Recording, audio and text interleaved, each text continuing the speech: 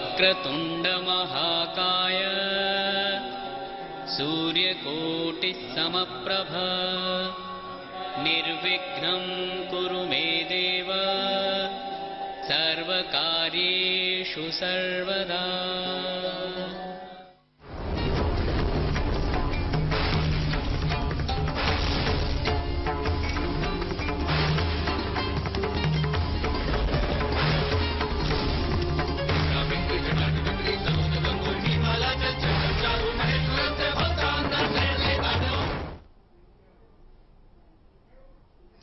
नमस्कार, मैं हूं सुरेश चौहान के और आप देख रहे हैं सुदर्शन टीवी की विशेष पेशकश जाकिर का पर्दाफाश। अब जैसे कि मेरे पीछे देख रहे हैं जाकिर नाइक। जी हां, इस जाकिर नाइक ने क्या क्या किया है ये ज्यादातर वो लोग नहीं जानते जो क्यू टीवी को या पीस टीवी को या इंटरनेट को नहीं देखते हैं। लेकिन इन्होंने अपने फॉलोइंग के साथ कुछ ऐसी चीजें की है जिन चीजों का पर्दाफाश करना जरूरी है।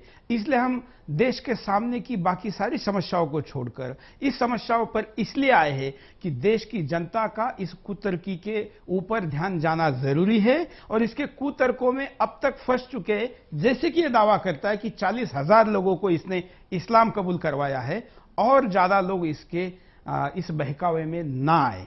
इसलिए हम आपके सामने एक मुद्दा लेकर आए हैं। इसके द्वारा हिंदू देवी देवताओं के अपमान को रोकना जरूरी है।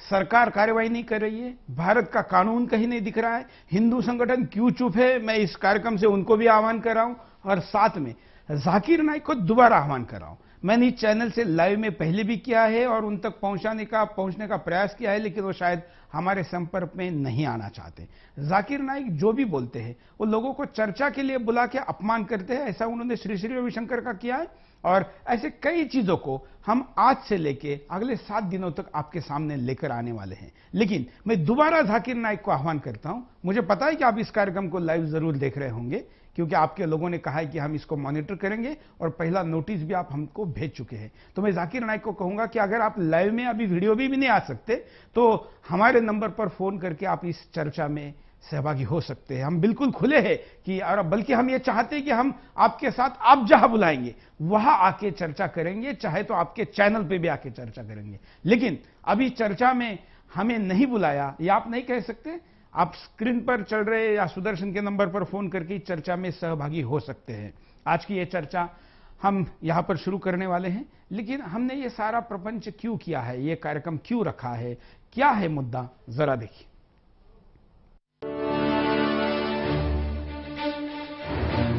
कट्टरपंथी इस्लामिक जाकिर ने एक बार फिर हिंदुओं की आस्था से खिलवाड़ किया है, हिंदुओं के धार्मिक भावनाओं को ठेस पहुंचाई है। अब की बार जाकिर नाइक ने गणेश उत्सव के मौके पर हिंदुओं के पूज्य गणेश जी का अपमान किया। आप मुझे साबित करके दिखाओ कि गणेश भगवान है और मैं प्रसाद खाऊंगा। जो गणेश उत्सव हमारी एकता और देश प्रेम का प्रतीक है, जिसकी शुरुआत ही बाल गंगाधर तिलक ने देशवासियों में एकता और अखंडता की भावना पैदा करने के लिए की थी। सावरकर ने गणेश उत्सव पर छुआछूत दूर करने की भावना के साथ की थी, मगर जाकिर नाइक जैसे कट्टरपंथी लोगों की भावनाएं भड़काने के लिए गणेश जी का ही अपमान कर रहे हैं। बोलेगा जाने देना जाकिर, ये जो कहानी है ये सिर्फ। ये वो दिन था जब पूरा देश भगवान गणेश के जन्म दिवस की भक्ति में सराबोर था। तब जाकिर ने हिंदुओं के आराध्य देवता भगवान शंकर को भी नहीं बख्शा और यह कहकर उनकी आलोचना की कि जब उन्होंने अपने पुत्र श्री गणेश को नहीं पहचाना और उनकी गर्दन काट दी, फिर आखिर वो भोले शंकर अपने भक्तों को कैसे पहचानेगा। तो मैं कहूंगा मेरे हिंदू दोस्त से, आपका भगवान अपने बेटे को नहीं पहचान सका, कल जब मैं मुश्किल में रहूंगा तो मुझे कैसा पहचानेंगे।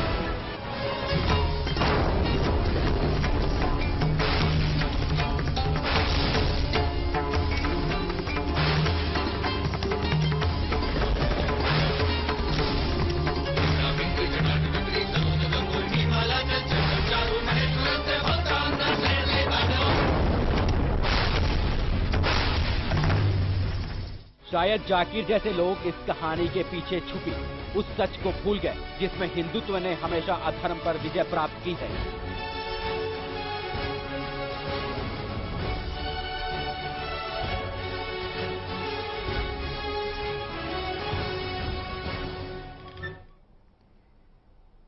तो ये मुद्दा है और इस मुद्दे पर चर्चा करने के लिए हमारे साथ 4 विशेष मेहमान यहाँ लाइन में जुड़े हैं और भी कई लोग जुड़ेंगे। फोनों पर भी हम कई विशेष लोगों को लेंगे। हम जाकिर इतना बड़ा नहीं है कि हम बहुत बड़े गेस्ट को लेकर बहुत बड़ा कोई कार्यक्रम करें, लेकिन जाकिर ने बहुत बड़े धर्म के ऊपर उंगली उठाई है। इसलिए जाकिर भले ही छोटा हो, लेकिन हमें बड़े धर्म को बचाने के लिए इस कार्यक्रम को आपके सामने लेकर आना पड़ा है। हमारे साथ हिंदू जन जागृति समिति के प्रवक्ता रमेश शिंदे जी है। रमेश जी, आपका स्वागत है। साथ में हमारे साथ जुड़े हैं प्रवीण आर्य जी, साहित्य परिषद के संयोजक हैं। हमारे साथ लीगल एक्सपर्ट्स के नाते जुड़े हैं विवेक गोयल जी, आपका स्वागत है। आप दिल्ली सुप्रीम कोर्ट में काम करते हैं। और हमारे साथ जुड़े हैं स्वामी ओम जी, जो हिंदू महासभा को और धार्मिक संगठन को रिप्रेजेंट करने आज के इस कार्यक्रम में आए हैं। साथ में हमारे साथ थोड़े देर में ही फोन पर भी होंगे आचार्य टीपी शुक्ला और धनंजय देसाई, जो हिंदू संगठन चलाते हैं मुंबई से। ऐसे सारे लोगों के साथ हम इस चर्चा को आगे बढ़ाएंगे। लेकिन इस चर्चा में आज का विषय क्या है, क्योंकि रोज हम अलग विषय लेकर आए, जाकिर के हमने जो अलग अलग विषय निकाले हैं, उसमें आज हम जिस वीडियो को लेकर कार्यक्रम करने वाले हैं, जिसका कि बाइट थोड़ी देर पहले आपने देखा, पहले अनएडिटेड, क्योंकि जाकिर कल ये ना कहें कि मेरा वीडियो तोड़ मरोड़ कर दिखाया गया, इसलिए जाकिर कैसे हजारों लाखों मुस्लिम समाज के सामने, समुदाय के सामने क्या क्या बोलता है अनएडिटेड, उसके टीवी चैनल के लोगों के साथ हम आपको दिखाते हैं। देखिए, गणेश कौन है? ये गणपति कौन है? तो वो हिंदू दोस्त मुझसे कहेगा कि ये गणेश जो है वो हमारा भगवान है, वो शिवा भगवान का बेटा है, भगवान शिवा। और ये उनकी किताबों में लिखा हुआ है कि गणेश भगवान शिवा भगवान का बेटा है। और एक दिन जब भगवान शिवा अपने घर के बाहर निकलते हैं, उनकी बीवी पार्वती अपने जिस्म से मेल निकालती है और एक बेटा बनाती है। और वो कहती है उस बेटे से कि घर के चौखट पे खड़े रहो, घर के दरवाजे के बाहर खड़े रहो और किसी को भी घर में आने मत देना, मैं आराम फरमा रही हूं। तो उसका बेटा घर के बाहर जाता है और दरवाजे पे खड़े हो जाता है। कुछ देर बाद भगवान शिवा वापस अपने घर पे लौटते हैं और जब घर में दाखिल होने जाते हैं, उस वक्त उनका बेटा उन्हें रोक देता है और कहता है, आप इस घर में नहीं जा सकते, आप दाखिल नहीं हो सकते, क्योंकि मेरी मां आराम फरमा रही है। शिवा तेज में आके अपने बेटे की गर्दन उड़ा देते। तो मैं कहूंगा मेरे हिंदू दोस्त से, आपका भगवान अपने बेटे को नहीं पहचान सका, कल जब मैं मुश्किल में रहूंगा तो मुझे कैसा पहचानेंगे? और ये हिंदू दोस्त आपसे कहेंगे, आपको कहने की जरूरत नहीं। और ये कहानी आगे बढ़ती है कि भगवान अपने बेटे का सर इतना दूर उड़ा डालते कि वापस नहीं लेके आ सकते, तो लोगों से कहते कि पहले जानवर जो नजदीक में आएंगे आपके, उसकी गर्दन उड़ाओ और मेरे पास लेके आओ। तो पहला जानवर जो उनके सामने आता है वो है हाथी। तो वो हाथी की गर्दन उड़ाते और शिवा के पास लेके आते और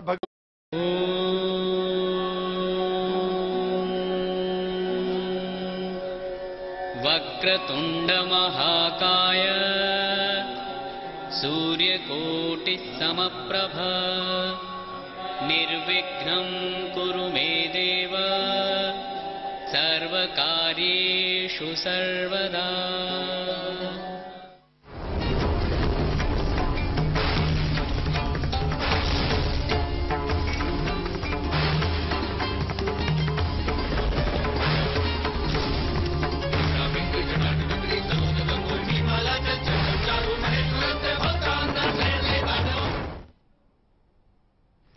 ब्रेक के बाद आपका एक बार फिर से स्वागत है। और जाकिर का पर्दाफाश में आप चर्चा को शुरुआत हो चुकी है। मैं हम सारे अतिथियों को अपने संयम के साथ इस विषय को आगे बढ़ाने के लिए कहूंगा, क्योंकि जब आदमी किसी के आस्था पे चोट पहुंचाता है तो उस पर जरूर ऐसी कोई प्रतिक्रिया आ सकती है जो हम टीवी चैनल से नहीं देना चाहते। शायद जाकिर का बेसिक उद्देश्य भी ये होगा, लेकिन हम उस उद्देश्य को पूरा करने के बजाय हम तर्कों को जवाब के साथ आगे बढ़ेंगे।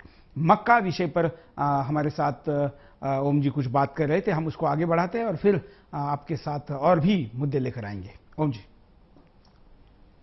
अभी जाकिर ने ये कहा भगवान गणपति के बारे में, भगवान शिव के बारे में। हमारे यहाँ हमारी जो भारतीय संस्कृति है उसमें कर्तव्य को सबसे नहीं, हम पहले मक्का वाला विषय पूरा कर लेते। आप मक्का में शिव मंदिर ऐसा कह रहे थे। देखिए, मक्का में आप ये जाकिर भी जानता है, यदि ये गया होगा वहां पे हज करने के लिए तो उसने खुद भी वही किया होगा जो मैं कह रहा हूं। जैसे हम लोग शिव की पूजा के लिए श्वेत वस्त्र पहनते हैं, एक ही वस्त्र में रहते हैं और उस पूरा एक तपस्या करते हुए हम शिव की आराधना करते हैं, ठीक वही परंपरा वहां पर हज की है। और जब उसी परंपरा को, जो हमारी परंपरा है, उसी परंपरा को जब इनके इस्लाम धर्म के प्रवर्तक पैगंबर साहब ने जब उसको अपनाया तो उस उनके आराध्य की निंदा करने का इस जाकिर को कोई अधिकार नहीं। इसको तो बल्कि मैं तो अपने मुस्लिम भाइयों से ये प्रार्थना करूंगा कि वो इस आदमी का विरोध करें और इस व्यक्ति के लिए ये नारा दें कि हिंदी हिंदुस्तान, जाकिर भागो पाकिस्तान। ऐसे आदमी को पाकिस्तान में रहने का कोई अधिकार नहीं है। मैं तो कहता हूं कि पाकिस्तान में भी बैठ के कोई हिंदू देवी देवताओं का अपमान करेंगे तो हम कैसे सहेंगे?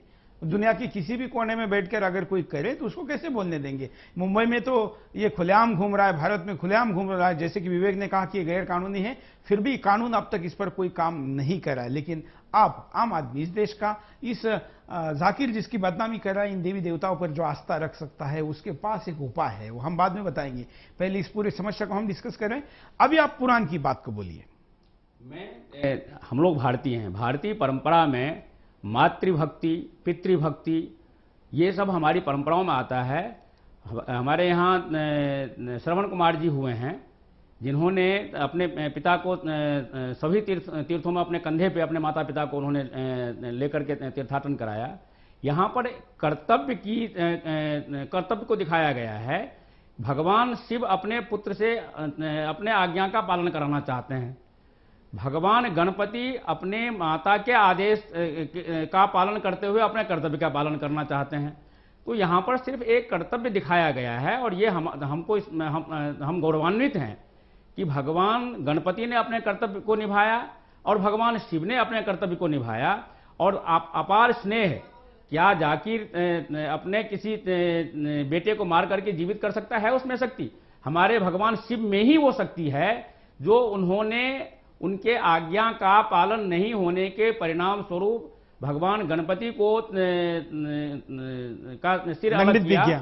और उसके बाद ये उनकी शक्ति है कि एक पशु के सर को मंगवा करके उसमें स्थापित किया और उसमें उनको पुनर्जीवित किया। प्रवीण जी शायद इस विषय में कुछ जोड़ना चाहता हूं कि और इतना ही नहीं, उनको अपने पुत्र से इतना प्यार था कि उन्होंने देवताओं में सबसे पहले उनकी पूजा की आज्ञा उन्होंने दी। इससे बड़ा स्नेह, इससे बड़ा प्रेम और कहां हो सकता है?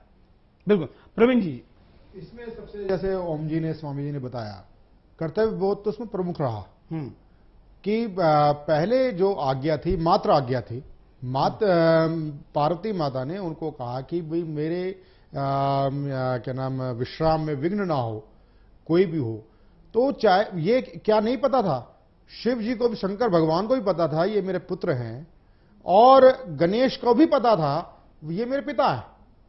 जिस प्रकार प्रभु श्री राम पत्ती पत्ती से पूछ रहे हैं कहां गई मेरी सिया प्रिय, ये जो सृष्टि के जो क्या नाम खुद रचयिता है, क्या ये ऐसा संभव है? ये वही मैं कहूं, वो शब्दों के खिलाड़ी केवल मात्र है।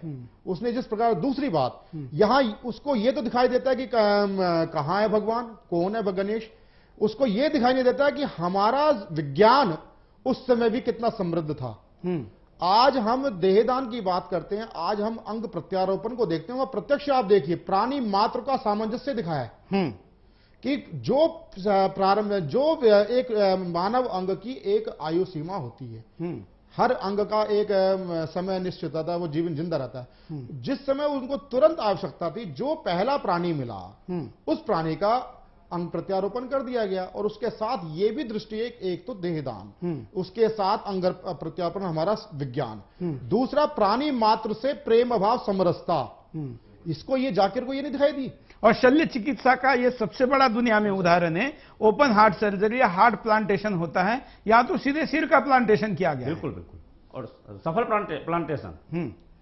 हाँ प्रवीण जी, आप कुछ आगे बढ़ा रहे थे। इस संदर्भ में सबसे बड़ी बात है कि जब ये इतनी बात करता है, बात अभी हम इस बात को संयम हम अपने आप को अपने मानसिक अवस्थाओं को बांध करके बात कर रहे हैं। ऐसे कई संदर्भ हम ले सकते हैं इस्लाम में। अभी मैं इस्लाम पे नहीं जा रहा, ना अभी इस्लाम पे जाना, क्योंकि अभी जो ना हमारा उद्देश्य ना इस्लाम को इस कार्यक्रम के द्वारा बदनाम करना है, ना उसके ऊपर सवाल या निशान उत्पन्न करना है, बल्कि जाकिर जैसे ही लोग कुछ गलत चीजें करना चाहते हैं उसको रोकना है। इसलिए जो इस्लाम के अनुयायी होंगे वो जरूर ध्यान रखें कि आने वाले कार्यक्रमों में हम जाकिर का वो चेहरा भी दिखाएंगे कि जो इस्लाम की मान्यताओं को ही कैसे किस तरीके से गलत ठहराता है।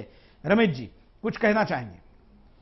जी, मैं यहां पर कहना चाहूंगा, जो बिंदु यहां पर प्रवीण जी ने रखा था कि जैसे रामायण में है कि प्रभु श्री राम जी जो है वो सीता हरण के बाद में हर एक डाली डाली को पूछते हुए जाते हैं, तब पार्वती माता ये देखती है कि मतलब राम तो है वो शोकाकुल हो गए, तो वो शंकर भगवान से ये पूछती है कि अरे ये तो अवतार है और ये कैसे शोकाकुल हो गए। तो वो कहते हैं कि आप जाइए, आप खुद परीक्षा लीजिए। जब वो वहां पर पार्वती एक रूप लेकर जाती है तो वो तभी जाकर के उनका चरण स्पर्श करके कहते हैं कि कैसे है माता जी आप।